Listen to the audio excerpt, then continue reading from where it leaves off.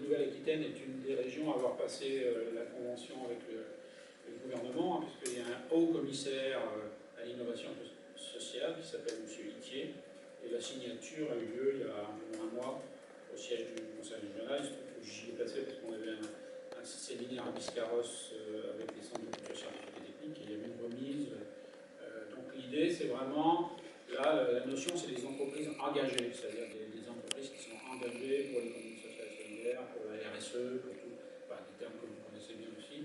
Mais je pense qu'il faut regarder de ce côté-là, parce que là, il y a des sources d'inspiration intéressantes aussi pour nous.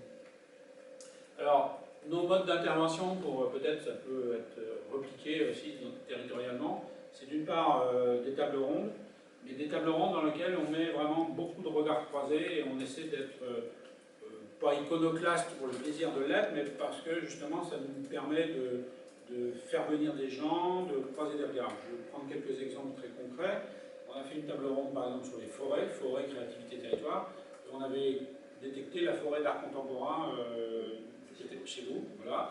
On les a fait venir, et il y avait le directeur de l'ONF qui était là, et la forêt d'art contemporain. Évidemment, ce choc, cette rencontre, parce que le directeur de l'ONF, ex-Poitou-Charentes, ne connaissait pas forcément, ça donne lieu à des choses intéressantes.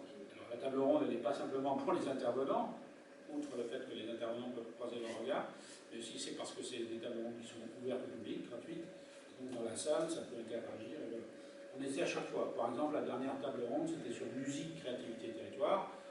On avait évidemment une harmonie municipale d'un territoire, mais on avait également fait venir un réseau de chercheurs indépendants qui développe un procédé très intéressant, académiquement peut-être pas encore bien testé, mais quand même il y a des résultats très concrets. C'est-à-dire qu'ils utilisent des thèses de physique corpusculaire, ne m'en demandez pas trop là-dessus, mais en fait c'est l'utilisation des sons pour soigner le mildiou de la vigne et de la tomate. C'est-à-dire qu'ils plantent des enceintes et par le son, ils ont des résultats assez significatifs, notamment dans le Cognaçais.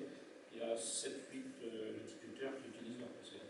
Voilà, c'est des choses comme ça. Donc vous voyez, musique, vous les attendre à ce qu'il y ait simplement, mais non, on essaie de croiser à chaque fois. Voilà, c'est de susciter, je dirais, des hybridations nouvelles à chaque fois. Quand on peut le faire, hein, évidemment. Et on découvre, et là ça demande un système de veille, je passe un peu de temps là-dessus, on a aussi quelqu'un qui est documentaliste à l'EMF qui nous aide aussi, mais ça demande évidemment à regarder ce qui se passe, à détecter des choses un peu improbables parfois. Voilà. Ensuite, on a des rencontres évidemment dans les territoires, en fonction des opportunités qui se présentent. Et on essaie aussi de développer cette notion d'immersion courte dans les territoires, c'est-à-dire de repérer des choses qui apparemment, on prend un autre exemple, prenons l'exemple de Saint-Savin par exemple, c'est assez bien connu puisque c'est un site qui est labellisé UNESCO. Il se trouve que du point de vue label UNESCO, c'est un de ceux qui reçoivent le moins de visiteurs. Donc là, il y a une demande de leur part pour qu'on puisse réfléchir avec eux sur la mise en place d'un système immersif pour découvrir les fresques.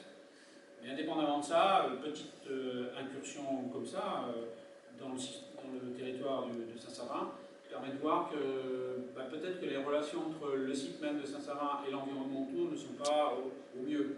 Puisque, prenons l'exemple très concret d'une personne qui fait une sorte de salon de thé, une pâtisserie salon de thé, et disons qu'elle fait le constat qu'au fond, on centre sur la visite de l'établissement, ce qui n'est pas mal en soi, mais il n'y a pas grand-chose autour. Et donc là, à partir de là, si vous voulez, ça peut permettre des petites immersions, peuvent permettre dans les territoires, modestement, de découvrir des choses et d'amener peut-être des questionnements nouveaux sur la connaissance de ce territoire. De même, on peut s'amuser, nous, c'est pas très scientifique, mais j'avais fait un petit abécédaire qu'il faut ensuite, je dirais, améliorer, mais quand on explore un peu le territoire, on se dit, est-ce qu'il y a par exemple un café philo, est-ce qu'il y a du slow food, est-ce qu'il y a, voilà, on peut prendre des choses comme ça, et à partir de là, amener à questionner le territoire, à le regarder autrement, et essayer de créer des passerelles entre ces structures qui ne se connaissent pas forcément, souvent de fois, on s'aperçoit qu'il y a un manque de synergie évidente, surtout dans des petits territoires qui pourraient bénéficier justement un peu mieux de cette synergie. Et on avait rencontré, on a fait un petit déjeuner de travail aux Orangeries, qui est à Lussac-et-Château, qui est un des rares hôtels éco-labellisés de l'Ex-Poitou-Charentes. Et le maire de Blon, donc c'est une grosse commune du Limousin, avait fait état du fait qu'il avait pris la peine de repérer un peu des gens qui s'installaient dans ces communes, qui étaient soit artisans, soit qui développaient Et il a pris l'initiative de réunir tout ce beau monde. Et évidemment, à partir de là, ça crée une synergie et une appétence un peu nouvelle. Alors, je disais aussi transdisciplinarité nécessaire à l'appréhension globale du territoire. Et c'est vrai que tout le monde le sait, je pense, hein, vous êtes dans les territoires. L'observation d'un territoire, la compréhension d'un territoire, ça nécessite souvent de faire appel à des disciplines très différentes. Et là, la chance d'être relié à un centre de culture scientifique et technique est évidente, surtout quand ce centre n'a pas d'opposition entre les sciences dites dures et les sciences plus humaines, plus sociales, ce qui est le cas de l'ES-France. Là, on peut faire appel ensuite à des chercheurs dans différentes disciplines et qui peuvent être intéressants pour les territoires. C'est aussi un peu une des fonctions que nous avons de ce point de vue-là. Je peux vous poser une question Allez-y. par rapport à ça? Ça paraît, c'est peut-être complètement naïf. Non, pas du tout. Comment une commune peut faire appel à un centre scientifique et technique, une interco, et sur quel sujet et avec quels moyens A priori, sur tous les sujets, si vous voulez. Après, ça dépend où vous êtes, c'est-à-dire de quel centre de culture scientifique et technique vous levez, sachant que pour la Nouvelle, vous êtes en Nouvelle-Aquitaine, hein, je comprends. Dans la Nouvelle-Aquitaine, il y a 4 centres. Oui. Donc nous, Malès France, on est plutôt pour l'ex-Poitou-Charentes. Oui. Après, vous avez Cap Science à Bordeaux, et vous avez Lac Odyssée entre Pau et Orthez, hein, je crois. Je ne sais pas très bien, mais je sais qu'ils sont par là. Et puis vous avez en Limousin une petite équipe Récréation. Alors, les configurations ne sont pas les mêmes, mais maintenant il y a un consortium qui a un site internet, consortium CCSTI de Nouvelle-Aquitaine. Donc en allant sur ce site et en posant des questions à ce site, normalement on doit vous répondre. D'accord. Hein. Ok, merci. Voilà. Donc n'hésitez pas. Et si vous avez, envoyez-moi un mail par ailleurs en double, et puis on mettra en rapport avec les centres de culture. Normalement, les centres de culture sont adossés ensuite à des départements universitaires, ils peuvent faire appel.